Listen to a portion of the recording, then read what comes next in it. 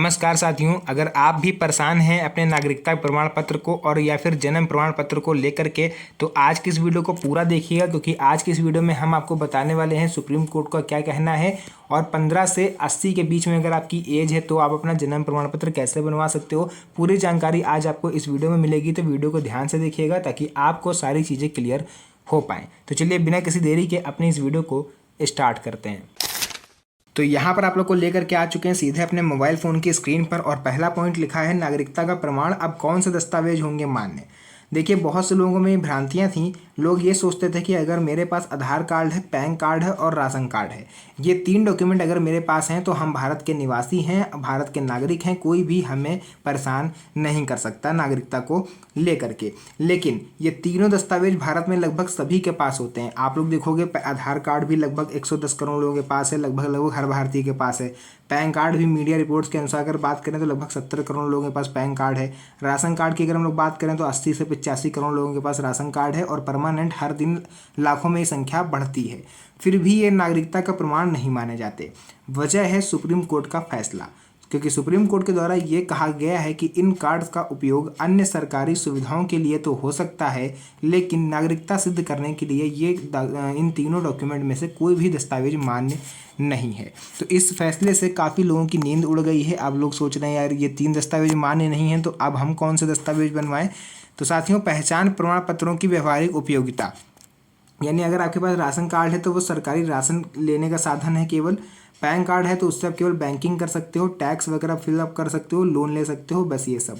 आधार card अगर आपके पास है तो बैंक, गैस कनेक्शन, सरकारी योजनाओं आदि में आवश्यक होता है। इसी के थ्रू आप किसी भी सरकारी योजना का फ़ायदा उठा सकते हो, और कोई भी मतलब गवर्नमेंट की तरफ से जो आर्थिक सहायता है वो आपको मिल पाती है।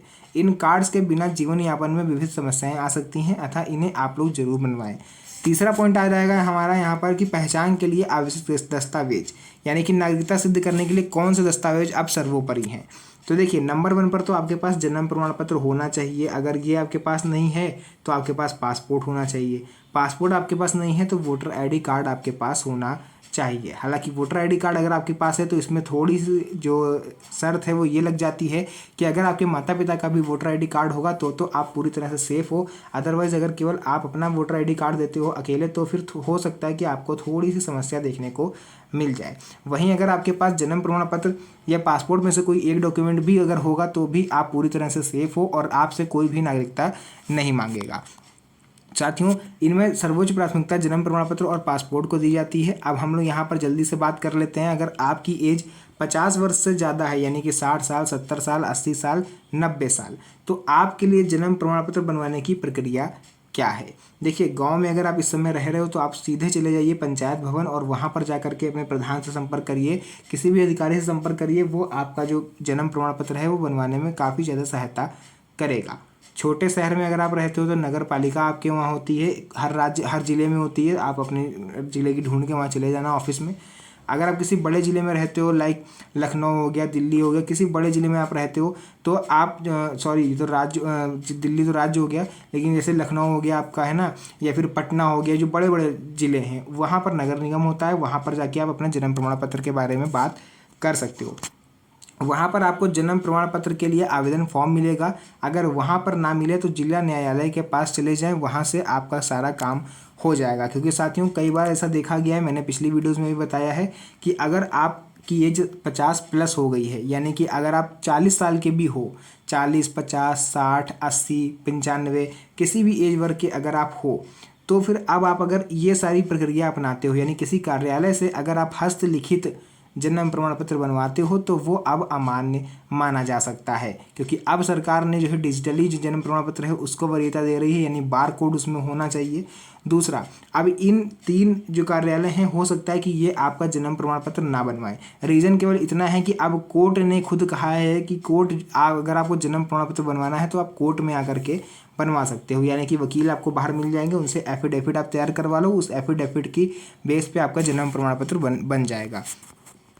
फॉर्म भरने में सावधानी आपको बरतनी है। हमेशा ब्लैक बॉल पॉइंट पेन का यूज़ करें, यानी काले पेन का यूज़ करें, और सही जानकारी दें। किसी भी प्रकार की धोखाधड़ी ना करें, कोई फर्जी जानकारी उसमें आप ना दें। आवेदन के लिए आवश्यक दस्तावेज की बात करें, अगर पहचान प्रमाण पत्र के रूप में आपके पास इनमें से कोई एक भी अगर आपके पास कार्ड होगा तो वो चलेगा। आवास प्रमाण पत्र के रूप में इसमें से अगर कोई भी एक बिल आपके पास होगा तो वो भी चल जाएगा, आवास का प्रमाण होता है। जन्म प्रमाण पत्र अगर आपको बनवाना है तो आपके पास अस्पताल का रिकॉर्ड होना चाहिए, यानी जहाँ पर आपका जन्म हुआ था। अगर वो आपके पास नहीं है, सीधी सी बात है, अगर आपकी ये 60 70 80 साल है तो आपके पास नहीं होगा। 25 साल 30 साल वालों के पास तो होता नहीं, तो आपके पास कहाँ से होगा भाई, सीधी सी बात है। तो आपके पास अगर अस्पताल का रिकॉर्ड नहीं है तो आप शपथ पत्र तैयार करवा लो कोर्ट में जा करके। वहाँ वकील आपको मिलेंगे, उनसे जो है आप अपने साथ 2 गवाहों को ले जाइएगा। माता पिता होंगे तो वो भी गवाह के रूप में जा सकते हैं। अगर माता पिता नहीं है तो किसी भी रिश्तेदार या दोस्त को ले जाइए।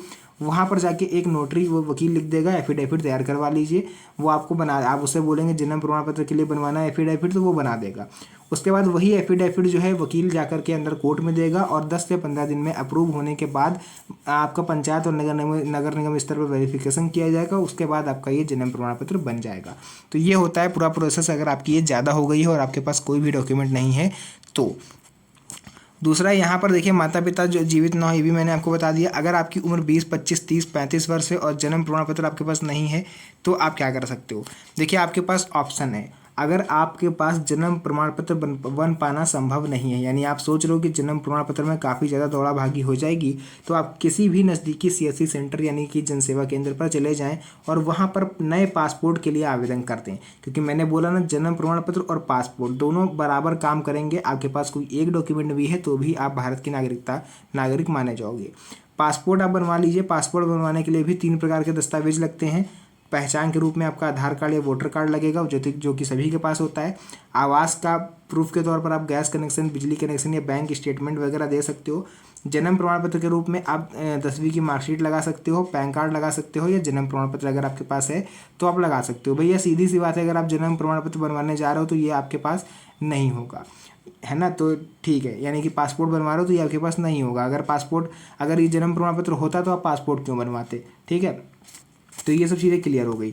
बाकी अगर आप इसके लिए आवेदन करते हो तो लगभग 1500 से 2000 रुपये तक इसमें लग सकते हैं। राज्य के हिसाब से अलग अलग होता है और लगभग 1 महीने का पूरा समय लगता है इसको बनने में। कहीं कहीं पर अगर आप ऑफलाइन बनवाते हो तो 2 महीने का भी समय लग सकता है, वरना 15 से 20 दिन के अंदर आपका पासपोर्ट आपके घर पर डिलीवर हो जाता है। तो साथियों, जो भी चीज़ें थी, जितनी भी ज़रूरी जानकारी थी, मैंने आपको बता दिया। और एक चीज़ मैं और बता दूं, अगर आपके घर में कोई ऐसा बच्चा है जिसकी एज 15 साल से कम है, यानी कि वो 5 साल का है, 10 साल का है, 12 साल का है, तो उसका जन्म प्रमाण पत्र अब इजीली बन जाएगा। बस आपको चाहिए उसके अस्पताल का रिकॉर्ड, और उस अस्पताल के रिकॉर्ड के स्तर पर आप अपने नगर निगम या पंचायत कार्यालय में जा करके उसका जन्म प्रमाण पत्र आसानी से बनवा सकते हो। फिर भी अगर आपको किसी भी तरह की कोई परेशानी है, मन में कोई सवाल है, तो आप मेरे से पूछ सकते हो। मेरी टीम के द्वारा आपको समय मिलने पर रिप्लाई दे दिया जाएगा।